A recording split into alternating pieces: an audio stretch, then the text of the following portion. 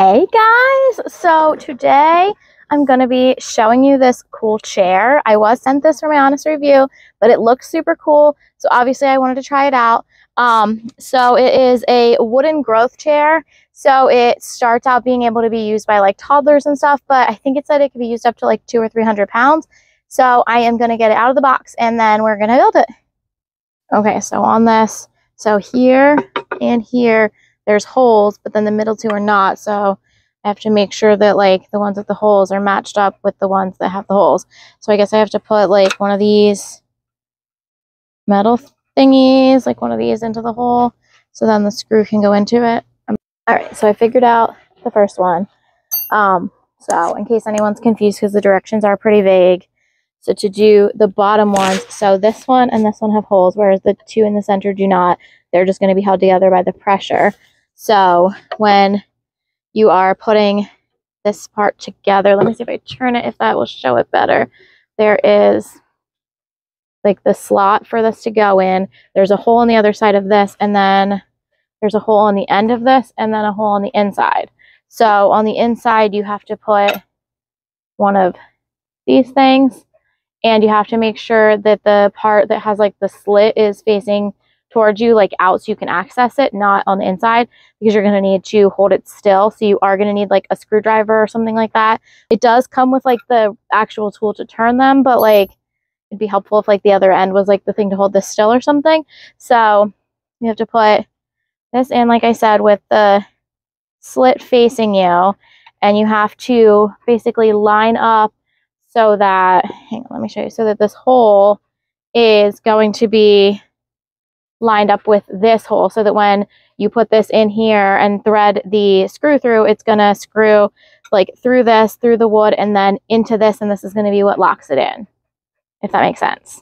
I just want to be really clear about it, just in case anyone's confused. But like, so like this is what it looks like when it's in. I don't know if it'll focus enough so you can see the little slit is facing out, and then you probably can't see in there, but the hole is lined up so that when I put it in here, the screw should thread through it. If not, I may have to turn it, but at least right now it's looking like it may just line up for me. So we're gonna put it on and then get one of the screws and just try to thread it in here.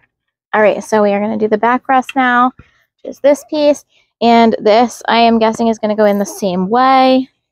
We need another one of these little guys here, and it's going to have to go into the back part here, and again the hole is going to have to line up so that when we thread the screw through here, it's going to match up. So I'm going to be pushing this into here, and hopefully it stays straight.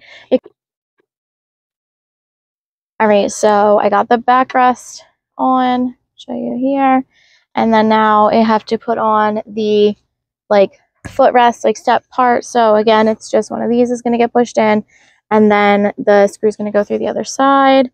I did go get a screwdriver just because I was like, this will just make my life a lot easier than trying to do this the wrong way. All right, so now we are moving on to putting on the seat, which is actually pretty heavy. Like, this wood is solid. This is not like some like particle board, like cheap bulk store furniture for sure. This is heavy duty. But on the side here, so you have 3 choices of the holes to choose. And then let me show you on the actual chair also, because this is very versatile, like how many ways you can do it. So like how the foot part had these spots, it also has 1, 2, 3, 4 different levels here. So you're going to be able to choose the height of it, but then also how far like in or out it goes. All right, so sorry if you can't see my face, but I really wanted you to be able to kind of see what I'm doing, just because, like I said, the directions on these are a little bit vague, and I just want you guys to be able to figure it out. So again, one of these guys, the part that has the slit in it needs to face out, and you want the hole to line up with the like hole on the outside. Start to turn it, and much easier than the headrest or backrest, I mean. We can get that all caught nice and snug there. I'll just show you, like, this is where we're at with the halfway point. Excuse my mess, but I'm going to flip it now and get the other side on. Only the bottom 2 slats have holes here. So we have to line those up and get them in, and then I will be back. Now the bottom is all together, and this is very sturdy.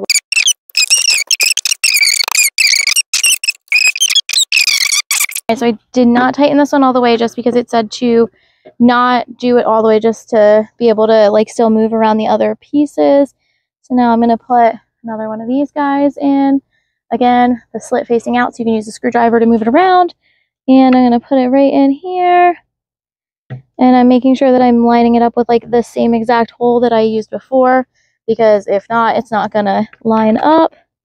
And I'm just making sure it's in and as straight as it can be with the screwdriver. And I'm going to try to eyeball it to get it in. Alright, so now here's what it looks like finished. All put together.